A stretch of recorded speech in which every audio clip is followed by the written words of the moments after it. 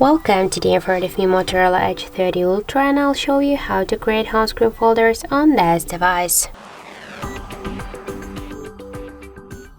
So first let's hold for a while the application and then we should drag this up to another one, and now we can see here the new created home screen folder. If you want to add here more applications, you can make it by the same way, just hold and drag it to the folder. We can also give the name to the folder here, just tap here to edit name and enter the apps, for example, or just to rename it. Also you should click here on the name, for example let's use the games. So that's how to do that.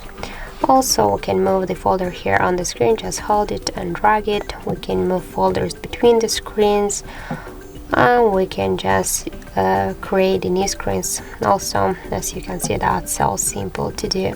And if you want to remove some applications from here, you should hold it and drag it to the home screen if you want to stay with this application on the home screen. But if you want to remove it from the whole screen and from the folder, just hold and drag it here to remove icon.